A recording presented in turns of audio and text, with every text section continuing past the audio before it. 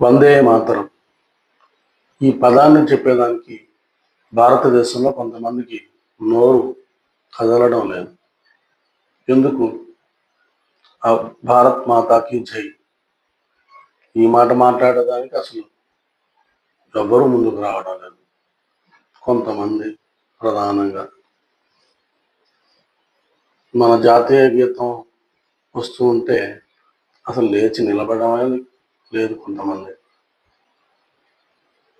ఏమంత కష్టం, అంత కష్టపడి దేశంలో ఎందుకు ఉండాలి?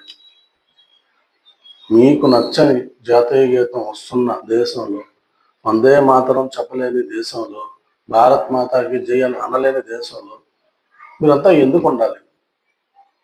మీరు అనలేరు కదా, మీరు చెప్పలేరు కదా, మీరు ఎందుకు ఉండాలి? మీరు వెళ్ళిపోవచ్చు కదా. మీరు ఎక్కడైతే ఏమి చెప్పాల్సిన పని లేదు, మీరు అక్కడికి వెళ్ళొచ్చు. మీకు ఏ దేశం అయితే ప్రశాంతంగా ఉంటుంది, మీరు ఆ దేశంలో బాగా బతకాలి అనుకుంటున్నారో ఆ దేశంలో వెళ్ళిపోవచ్చు. ఎందుకంటే ప్రపంచవ్యాప్తంగా Muslim countries, Christianity countries, communism countries ఉన్నాయి, వెళ్ళిపోవచ్చు. హిందువులు మాత్రమే ఎక్కడికి వెళ్ళలేరు. ఎందుకంటే హిందువులకి ఆల్టర్నేట్ ఇంకో దేశం లేదు, వేరే ఇంక ఏ దేశం లేదు. శ్రీలంకకు పోలేరు, పాకిస్తాన్కి పోలేరు, చైనాకి పోలేరు, రష్యాకి పోలేరు, అమెరికాకి వెళ్ళలేరు. ఎందుకంటే హిందువుల దేశం ఇంకా ఎక్కడా లేదు, ఓన్లీ భారతదేశం ఉంది. కానీ ముస్లిమ్స్కి అలా కాదు, క్రిస్టియానిటీ అలా కాదు, బుద్ధిస్టులు అలా కాదు, ఇంకా వేరే వేరే వాళ్ళకి వాళ్ళ కంట్రీస్ సపరేట్ చాలా ఉన్నాయి, వెళ్ళిపోవచ్చు. మీరు ఈ దేశంలో ఉంటూ వందే మాత్రం చెప్పను, పాడను, భారత్ మాతకి జై అనను, ఎందుకు అలాగా? ఇప్పుడు ఈ పవిత్ర యుద్ధాలు చేస్తుంటారు కదా, పేరుకి చాలా మంది టెర్రరిస్టులు ఉన్నారు, వాళ్ళందరూ కూడా ఒకే మతానికి సంబంధించిన వాళ్ళు, ఓకే, దాన్ని వీళ్ళు వేరేలా చూస్తారు అనుకున్నాం, ఓకే. ఇప్పుడు ఈ టెర్రరిజంలో చనిపోతున్న వాళ్ళు వాళ్ళు అటాక్ చేసిన పర్సన్స్ వేరుగా ఉంటారు. భారతదేశంలో చనిపోయిన వ్యక్తులందరూ మామూలు ప్రజలు, ఓకే.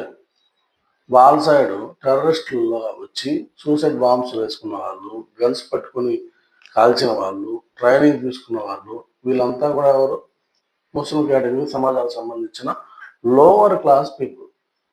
ఏంటి, వాళ్ళలో ఎవడు కూడా కోటీశ్వరుడు లేడు, వాడు ఎవడో మేజర్ కొడుకు కాదు, వాళ్ళు ఎవరో లక్షాధికారి కొడుకులు కూడా కాదు. సూసైడ్ బాంబర్లు కానీ, గన్స్ తీసుకొస్తున్న వాళ్ళు కానీ, ఇక్కడ టెర్రరిజం చేస్తున్న వాళ్ళు కానీ, వీళ్ళందరూ కూడా చనిపోతున్న వాళ్ళు అంటే ఆన్ ద వర్క్ టైంలో ఉన్న ప్రతి ఒక్కరూ కూడా ఎవరు అంటే లోవర్ క్లాస్లో ఉన్న ముస్లిం కేటగిరీ వాళ్ళని వాళ్ళు సెలెక్ట్ చేసుకున్నారు. వాళ్ళైతేనే సరిపోయారు. ఏ హయ్యర్ పొజిషన్లో ఉన్న ఏ కుటుంబం నుంచి ఎవరో కూడా ఆ టెర్రరిజం దాంట్లో లేదు. ఇప్పుడు ఇస్లాం పుట్టింది ఎక్కడ మీకు తెలుసు కదా. ఇప్పుడు రాజులు ఎవరు? వాళ్ళు ఇస్లాం దాంట్లో కువైట్ వాళ్ళు. మరి టెర్రరిజంలో ఒక కువైట్ వాళ్ళు కూడా లేరండి. కువైట్ రాజులు ఒకరు లెక్క ప్రకారం రాజ్యం వాళ్ళదైనప్పుడు పోరాడాల్సింది వాళ్ళే కదా, యుద్ధం చేయాల్సింది వాళ్ళే కదా. వాళ్ళు లేరే, వాళ్ళ మనుషులు ఎవరు చనిపోవట్లేదు, వాళ్ళ బంధువులు, వాళ్ళ మనుషులు, వాళ్ళు ఎవరు అసలు ఒక్కరు లేరు అందులో. ఆ టెర్రరిజంలో ఎవరున్నారు? టెర్రరిజం మొత్తం మీద కేవలం ఈ లోయర్ క్లాస్ వాళ్ళు మాత్రమే డబ్బులు అమ్ముతారు. 4 మాటలు దేవుడి మీద చెప్పంగానే అంతే, వెంటనే ఇంకా కుటుంబాన్ని వదిలేస్తారు, భార్య పిల్లల్ని వదిలేస్తారు, అందరిని వదిలేస్తారు. దేవుడు వేరొక స్వర్గంలోకి వెళ్తే 72 మంది అమ్మాయిలు ఉంటారు అనగానే అంటే నమ్మేయడం, దాన్ని పట్టుకొని చేసేయడం, ప్రాణాలు వదిలేయడం, వాళ్ళతో పాటు అమ్మాయిలు ప్రాణాలు తీసేయడం, ఇదే జరుగుతుంది. ఒక్కసారి ఆలోచించండి. ఏ రాజకీయం అయినా సరే కేవలం కొంతమంది లాభాల కోసం మాత్రమే వేరొకరు పనిచేస్తూ ఉంటారు. ఒక కంపెనీ ఉంది, కంపెనీలో 10,000 మంది వర్కర్స్ ఉన్నారు. 10,000 మంది వర్కర్స్ వాళ్ళ కుటుంబాల కోసం చేస్తుంటారు, కానీ వాళ్ళ కుటుంబాలకు వచ్చేది నెలకి కేవలం 15,000 రూపాయలు మాత్రమే. కానీ 15,000 మంది కలిసి పనిచేసేది ఒక CEO కోసం. అందులో 10,000 మంది నెలకు 15,000 లెక్కన శాలరీ తీసుకుంటుంటే ఒక్కొక్కరి మీద ఒక CEOకి 5,000 రూపాయల లాభం వచ్చినా 10,000 మందికి కలిపి ఎంత లాభం వస్తుంటుంది? అదంతా ఎవరికి వస్తుంది? CEOకి వస్తుంది. అంటే కంపెనీ పెట్టిన పర్సన్ వస్తుంది. 10,000 మందికి 10,000 మంది అక్కడ అతని కింద పనిచేస్తున్నారు. అందులోనే చాలా జరుగుతూ ఉంది. అందులో ఎటువంటి ప్రాబ్లం లేదు. అంటే ఒకరి కోసం 10,000 మంది పనిచేస్తుంటారు. అలాగే అది వీళ్ళకి జాబ్ ఎంప్లాయ్మెంట్ ఇచ్చిన కిందకి వస్తుంది. కానీ ఈ టెర్రరిజం కానీ, ఈ పాలిటిక్స్ కానీ ఇవన్నీ ఎలా ఉంటుందంటే అసలు వాడు ఇక్కడ ఉండడు. వాడు అవసరాల కోసం వాడు ఇంకో దగ్గర ఉంటాడు. వాడు కూడా ఫండింగ్ ఇవ్వడు. ఫండింగ్ వేరే వాళ్ళ దగ్గర నుంచి ఇప్పిస్తుంటాడు. ఎందుకంటే ఇచ్చేవాళ్ళు ఉంటారు. ఎందుకంటే దాంట్లో ఆదాయం పొందే వాళ్ళు ఉంటారు.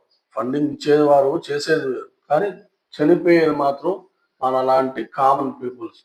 అటాక్ చేసేవాడు కామన్ పీపులే, ఆ అటాక్లో చనిపోయేది కామన్ పీపులే. కానీ ఇది వాళ్ళకి అర్థం కాదు. ఎంతసేపు దేవుడు అనే పేరు పెట్టంగానే వచ్చేస్తారు, చేసేస్తారు. ఒక్కసారి కూడా ఆలోచించారు. ఎందుకు మరి కువైట్ వాళ్ళు ఉన్నారు, కోట్ల రూపాయల డబ్బు ఉంది దుబాయ్లో. మరి వాళ్ళు చేయాలి కదా. వాళ్ళ వాళ్ళు వందే మాత్రం పాడతారు, భారత మాతకి జై అంటారు, జై శ్రీరామ్ అని వాళ్ళు అంటారు. అంటే చూడండి రా, కువైట్ వాళ్ళు మన ఇండియన్స్ వాళ్ళని ఎలా రిసీవ్ చేసుకున్నారు, మోడీని ఎలా రిసీవ్ చేసుకున్నారు. అలా భగవద్గీత వాళ్ళ ఇస్లాం ఉర్దూలోకి ట్రాన్స్లేట్ చేసి భగవద్గీతను పంచారు. అక్కడ శ్రీరామ్ మందిరం కట్టారు. కువైట్ రాజు జై శ్రీరామ్ అన్నాడు. దేశంలో, మన దేశంలో మీకేం పోయే కాలం వందే మాత్రం మారలేకపోతున్నారు. అరే పాడవల్ల ఎవరికి వందే మాత్రం నాకు భారత మాత్రం చెయ్యి అంటే అది మా అమ్మో మీ అమ్మో కాదు కదా. అది దేశానికి సంబంధించిన, అసలు హిందూ మతానికి సంబంధించింది కూడా కాదు. అది దేశానికి సంబంధించింది. దేశానికి సంబంధించిన స్లోగన్ చెప్పేదాన్ని కూడా మీకు మీ మతం అర్థం వస్తున్నారు అంటున్నారు. దాని గురించి గొడవలు చేస్తున్న పార్లమెంట్ చర్చ అన్నారు జరిగిపోతా ఉంది. మరి వాళ్ళకి మతం అర్థం రాలేదా? మతం రాసిందే వాళ్ళు కదా.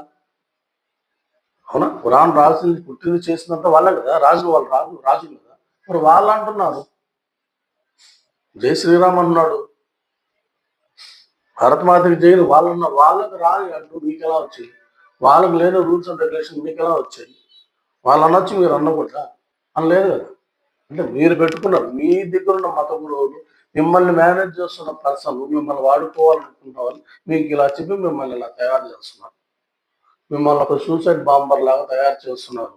అది వాళ్ళ కోసం. అర్థమవుతుందా? దీన్ని అర్థం చేసుకోండి. చాలా తప్పది. మన జీవితాన్ని, మన కుటుంబాల పరిస్థితులను అన్ని తెలుసుకుని ఒకసారి ఆలోచించండి. మన కుటుంబాన్ని మనం రిస్క్లో పెడుతున్నాం. మనం ఎక్కడున్నా ప్రశాంతంగా ఉండాలి అంతే. అది ఏ దేశంలో ఉన్నా. ఈ దేశంలో ఉన్నాం, దీనికి తగ్గట్టుగా మనం నడుచుకుంటూ వెళ్ళిపోవాలంతే. కానీ మనల్ని రెచ్చగొడుతున్నారు, మనం ప్రేరేపిస్తున్నారు. అది మన కుటుంబానికి మంచిది కాదు, మన దేశానికి మంచిది కాదు. మనం బాగుంటే మన దేశం బాగుంటుంది, మన దేశం బాగుంటే ఖచ్చితంగా మనం అందరం బాగుంటాం. జై హింద్.